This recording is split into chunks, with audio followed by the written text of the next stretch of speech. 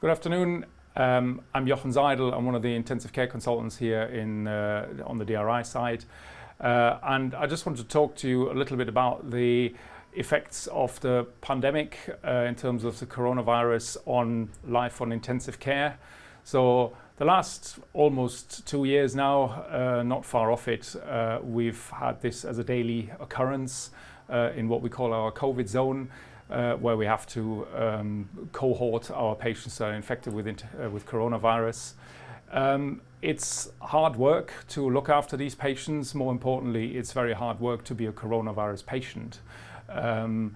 You're on your own, you don't see the nurse, you don't see the doctor in the way that you're expecting to, because everyone is dressed up in full PPE.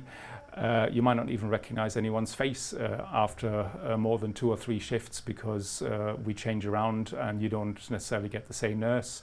There's no visiting.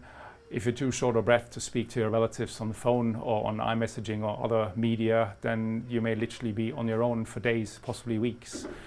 So in order to minimize some of this difficulty and suffering for the patients, first and foremost, I think we all have a responsibility to consider the vaccination. And to my mind, having worked in this environment and basically have it dominate my life, not just professionally, but also to some extent personal life, over the last nearly 2 years, the vaccination program really offers the most obvious protection and solution to get on top of this pandemic and this disease process.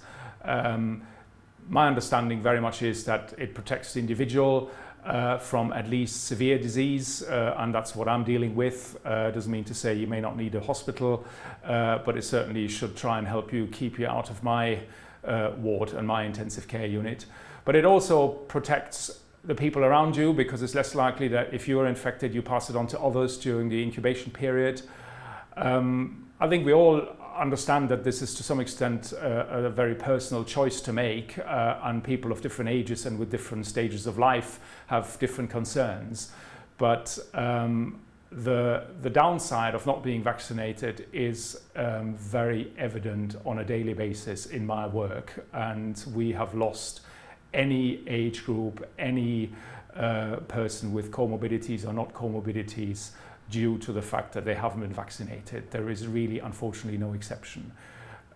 It's obvious that people who have been vaccinated are still susceptible, and we have also had people who have been vaccinated and tried their very hardest not to contract coronavirus, and they've been on ITU, and some of them have died as well.